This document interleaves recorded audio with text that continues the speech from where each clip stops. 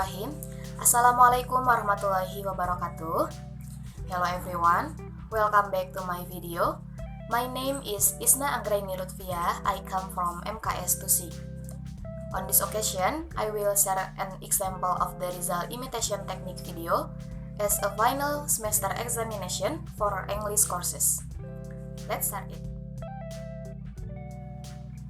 Have you ever stopped and wondered why things are the way they are? I find it really fascinating how many things we do in our daily lives that are just accepted and they rarely question it. It's just the done thing. And if you do something differently, something out of the ordinary, it can create confusions or angst or frustrations among the people around you. At best, you create minor discomfort, but at worst, you face backlash and you're shunned from your family or your social circle.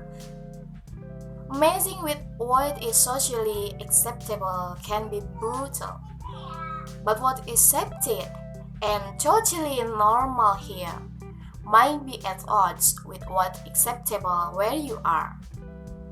And that's why it's so fascinating when two sets of social norms clash. You know, it really makes people confused or awkward because technically, in that situations, neither of them is doing anything wrong. They both doing what's expected of them in their culture, and that is totally normal.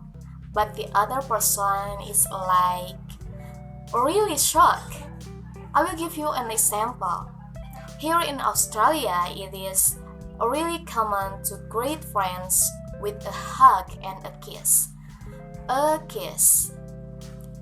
Now it's hilarious when you get introduced to an Italian or a Brazilian in a social context because they go in for a double kiss.